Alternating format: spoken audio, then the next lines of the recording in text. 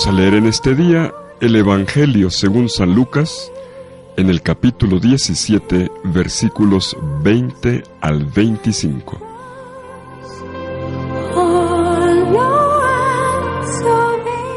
En aquel tiempo, los fariseos le preguntaron a Jesús: ¿cuándo llegará el reino de Dios? Jesús les respondió: el reino de Dios no llega aparatosamente. No se podrá decir está aquí o está allá, porque el reino de Dios ya está entre ustedes. Les dijo entonces a sus discípulos: llegará un tiempo en que ustedes desearán disfrutar siquiera un solo día de la presencia del Hijo del Hombre y no podrán. Entonces les dirán: está aquí o está allá, pero no vayan corriendo a ver, pues así como el fulgor del relámpago brilla de un extremo al otro del cielo, así será la venida del Hijo del Hombre en su día. Pero antes tiene que padecer mucho y ser rechazado por los hombres de esta generación. Palabra del Señor. Gloria a ti, Señor Jesús.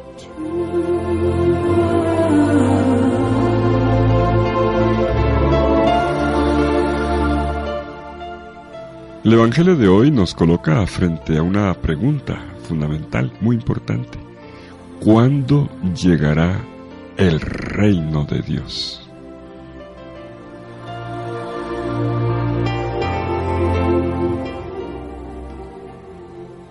El evangelista Lucas, que estamos leyendo en estos días, es el único que nos expone dos discursos de Jesús sobre el final de los tiempos.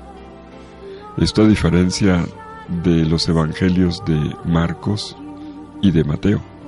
Marcos, por ejemplo, nos entrega un discurso extenso, kilométrico, de Jesús en el capítulo 13, Marcos 13, sobre el final de los tiempos. Lucas lo parte en dos y lo desarrolla más. Tan importante era para su comunidad la respuesta a esta pregunta. Y hoy comenzamos a leer el primer abordaje que en el Evangelio de Lucas se hace de este tema, leyendo primero el capítulo 17, versículos 20 al 37, pero hoy nos hemos detenido en el versículo 25. Luego, en las próximas semanas, leeremos la otra parte en el capítulo 21.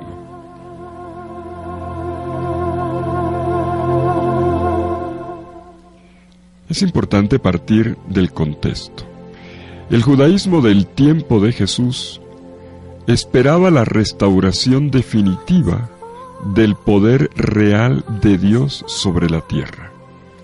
No solamente Israel, en su expectativa mesiánica, esperaba una restauración de una monarquía perdida, embolatada por las diversas dominaciones extranjeras, sino que veía incluso más allá, el día en que el reino de Dios se instauraría sobre toda la tierra, el dominio de Dios, el reconocimiento de Dios en el mundo entero. Pero cuando se miraba el día a día, la gente decía: pero no lo vemos. Lo que vemos en el mundo son otras cosas. La gente que gobierna, algunos lo hacen bien, otros mal. Notamos cosas que no nos gustan. Aquí hay cosas que no se parecen al querer de Dios. Y entonces el asunto, la venida de Dios, el reino de Dios sobre la tierra, el cuándo se prestaba para especulaciones. La gente discutía sobre todo el cuándo y el dónde debería ocurrir esta instauración del reino de Dios en la tierra.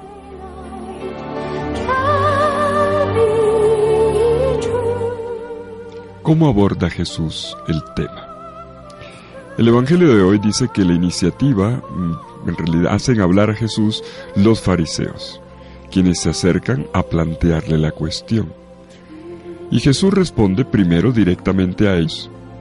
La pregunta, ¿cuándo, dónde y cuándo viene el reino de Dios? Pero luego Jesús direcciona la cosa. Ya no mira a los fariseos, sino a sus propios discípulos, para hacerles una preciosa catequesis sobre la venida del Hijo del Hombre. Veamos lo primero.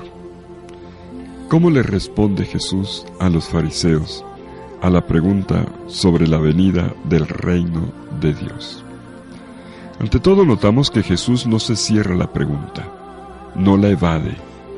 Al contrario, la va a abordar de frente. Sin embargo, hace una modificación en la respuesta. Es importante eso. En la misma respuesta es un replanteamiento de la pregunta que le han hecho, haciendo un desplazamiento de acento. Observemos bien el texto. Primero, descarta que haya que buscar indicadores objetivos. Como quien dice, la pregunta que me están haciendo está mal hecha, porque le están mostrando los señales, los signos, donde podamos registrar luego en el calendario y tener certezas absolutas de que ya esto se acabó, o terminó el tiempo malo y comenzó el tiempo de Dios.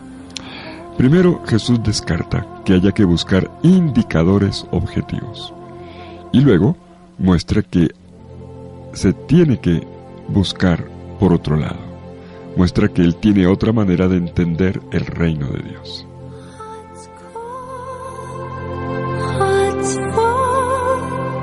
En cuanto al descarte de los indicadores objetivos, notemos en el texto la ironía, la fina ironía de Jesús. Dice él, el reino no viene de manera que pueda ser notado. Así dice el versículo 20. El reino no viene de manera que pueda ser notado. El término griego, la expresión griega es metaparatereseos, que suena casi como aparatosamente. De hecho, la traducción que leí decía así, no viene aparatosamente, contundentemente. Pero atención, el verbo paratereo en griego no significa exactamente eso, significa vigilar.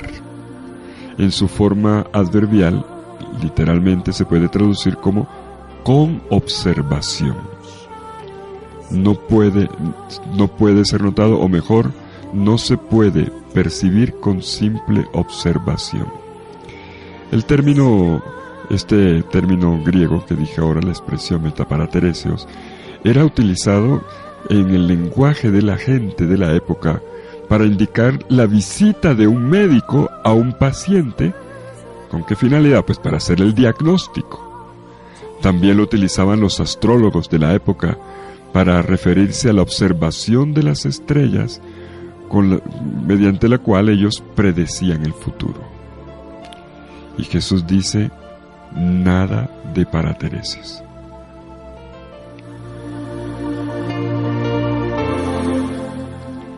En este evangelio, el narrador hace notar, a propósito de la expresión que acabo de subrayar, que los fariseos vigilaban o supervisaban a Jesús.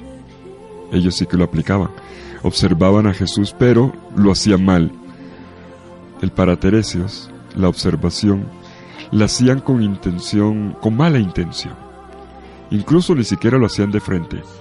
Iban donde Jesús estaba como espías, con la intención oculta y sutil de ponerlo bajo sospecha. En 2 ocasiones vemos que ocurre en una sinagoga, cuando el hombre de la mano seca, y ellos miran los toros desde la barrera y observan a ver qué va a hacer, listos para caerle encima y volverlo picadillo, a ver si viola la ley del sábado. Y lo mismo en el capítulo 14, cuando aquella historia de la mujer encorvada. Los fariseos no son capaces, ellos observan, pero no son capaces de percibir los signos de la presencia del reino, porque miran mal.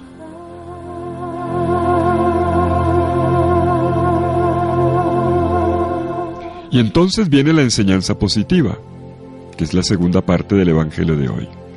Pero Jesús ya no le está respondiendo a los fariseos, sino está educando a los discípulos. Jesús quiere educar a cada uno de sus discípulos para saber escrutar, percibir y acoger la venida del reino de Dios. Y Jesús dice entonces, el reino está en medio de ustedes.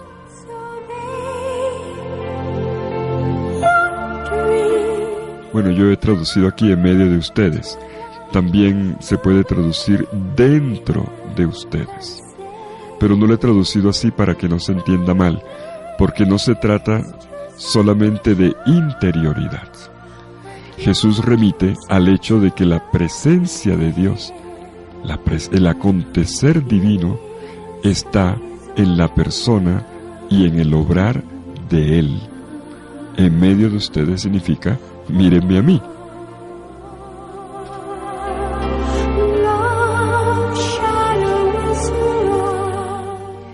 La expresión implica entonces, a propósito de lo que le acaba de responder en negativo a los fariseos, ayudándoles a plantear mejor la pregunta, que hay que captar la novedad de la presencia poderosa de Dios en la persona misma de Jesús.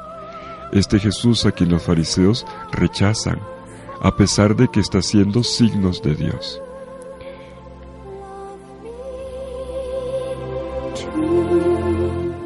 ¿Y cómo se capta esta novedad de la presencia poderosa de Dios en la persona de Jesús? No reclamando pruebas, sino analizando cada uno su propia experiencia de Jesús. Pongo un ejemplo. En el capítulo 11, versículo 20, Jesús va en esta dirección cuando evita discernirlo a Él. Le dice Jesús a los fariseos que lo critican porque dice expulsa demonios, entonces tiene un demonio. Oigan, observen bien, analicen bien, sean lógicos. Satanás no va a expulsar a Satanás. Un reino no se divide contra sí mismo, sino está acabado. Si yo expulso los demonios con el dedo de Dios, es que ha llegado a ustedes el reino de Dios. Analicen bien.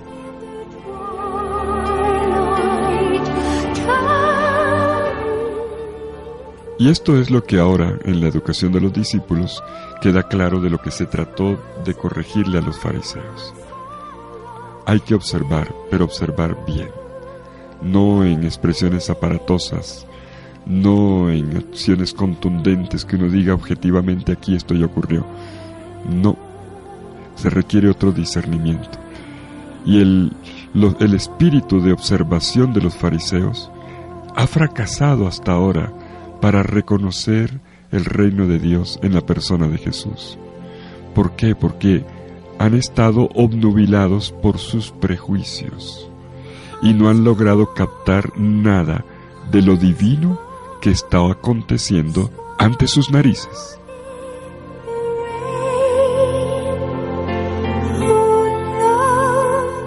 Y Jesús continúa su lección a los discípulos.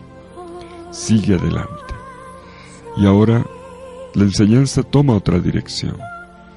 Los discípulos parecen vulnerables frente a las falsas pretensiones de cumplimiento.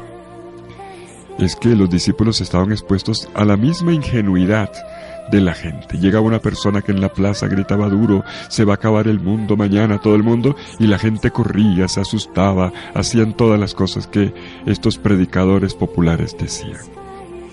Y Jesús le dice a los discípulos, por favor, caballeros, no sean tontos. Les dirán, mírenlo allí o mírenlo aquí. No vayan detrás de esas especulaciones. No les hagan caso.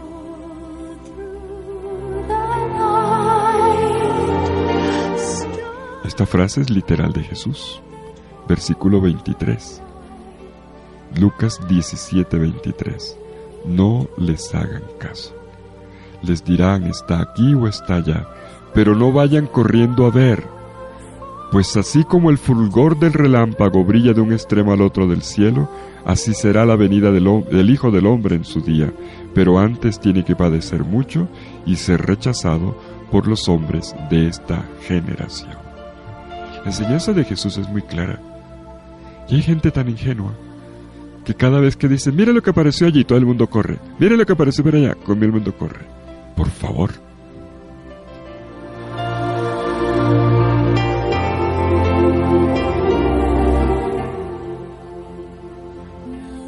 Jesús les dice entonces que contrario a lo que muchos predicadores de la época decían para asustar a la gente o para impresionarla: el Hijo del Hombre vendrá sin ningún signo premonitor claro.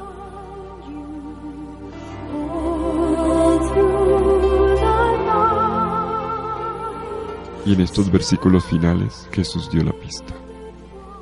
¿En dónde hay que poner la atención? Jesús vuelve sobre una enseñanza que ya ha venido repitiendo desde la mitad del Evangelio y que a los discípulos les ha costado entender. Se trata del anuncio de su pasión, muerte y resurrección.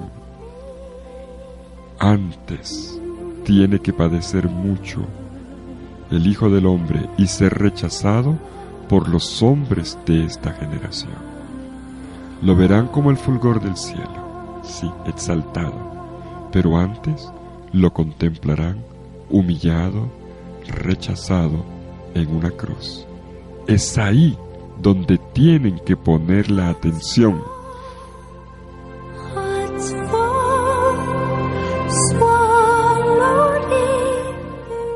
No en especulaciones astrológicas ni fenómenos atmosféricos, en un acontecimiento real, histórico, la muerte y resurrección de Jesús, el misterio pascual. La cumbre de la historia de la salvación está en la cruz del Mesías. Todo el horizonte cósmico de la parusía confluye allí, en la singularidad del Hijo sufriente y crucificado por mano de los hombres y exaltado por la mano de Dios.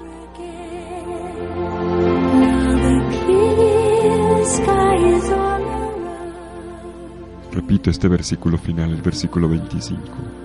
Ahí es donde tenemos que preocuparnos, mirar, atender, observar, discernir. Antes es necesario que el Hijo del Hombre sufra mucho y sea rechazado por esta generación. Mis queridos amigos, la incapacidad de comprender la necesidad de la cruz, por eso he dicho es necesario que, debe, y en griego, la incapacidad de comprender la necesidad de la cruz hace que la mirada de uno se distraiga y busque a Dios y el acontecer de Dios por otro lado, por el lado que no es.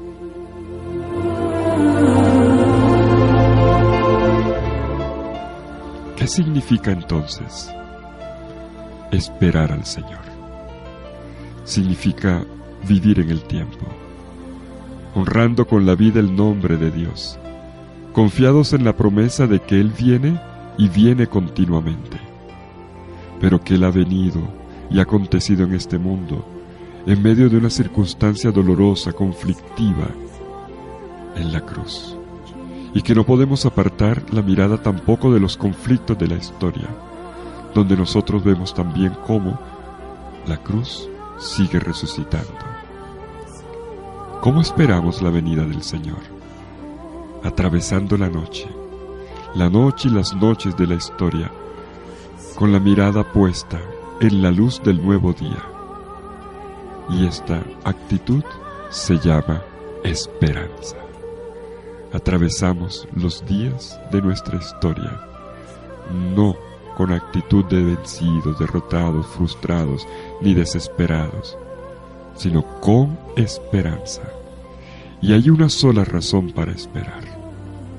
La esperanza, de hecho, no se fundamenta en las razones plausibles, sino que se fundamenta en una persona, la persona de Jesús, quien vino para hablarnos de salvación, aún en medio del desencadenamiento de las fuerzas hostiles negativas que lo llevaron hasta la cruz.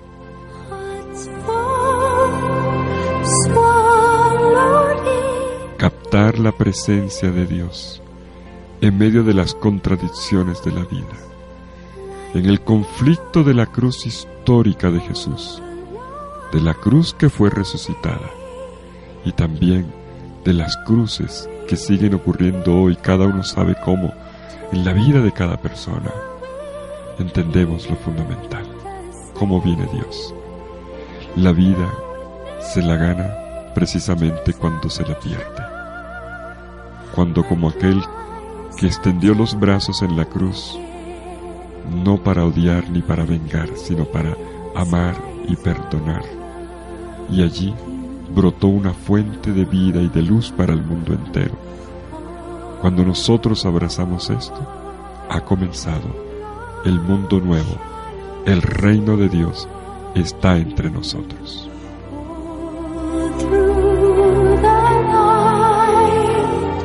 Y este signo permanece vigente y firme en medio de los signos que pasan en medio de la historia.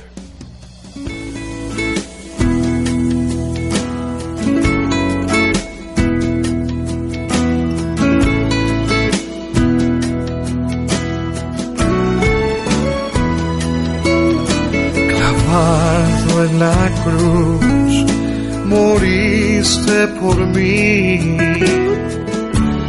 perdonando toda mi culpa. Resucitaste y así me redimiste frente al Padre. ¿Cómo no cantarte a ti, mi Dios, si tú eres el Hijo de Dios? Jesús. Los invito a ponerle mucho cuidado, pero mucho cuidado, en serio, a este pasaje de Lucas 17, 20 al 25 que hemos leído hoy. ¿Dónde está el reino de Dios? ¿Cuándo? ¿Cómo viene el reino de Dios? Analicémoslo bien, repasemos la enseñanza. Les recuerdo que todas estas lecturas del Evangelio que estamos haciendo por las mañanas, en directo, desde la emisora Minuto de Dios, ustedes la pueden recuperar, volver a escuchar en el podcast de la emisora. Bueno, hoy es jueves sacerdotal y eucarístico, un día muy especial para regalar unos minutos para un diálogo tranquilo, sereno, con este Jesús de la Pascua que hemos visto hoy al final, sobre todo al final, en la última línea del Evangelio. Lo encontramos eucarísticamente. Aquel que dijo: yo soy, este es mi cuerpo, esta es mi sangre. El que dijo: yo soy el pan de vida. Él está en medio de nosotros en la Eucaristía. Busquémoslo, adorémoslo, encontrémonos con Él. Y en este día en que oramos especialmente por las vocaciones sacerdotales y religiosas, pidámosle al Señor que envíe muchas y santas vocaciones para todas nuestras comunidades, para nuestras diócesis y comunidades y congregaciones. Jesús. El Señor los bendiga, en el nombre del Padre, del Hijo y del Espíritu Santo. Amén. Que tengan todos una provechosa y bendecida jornada. Jesús. Jesús.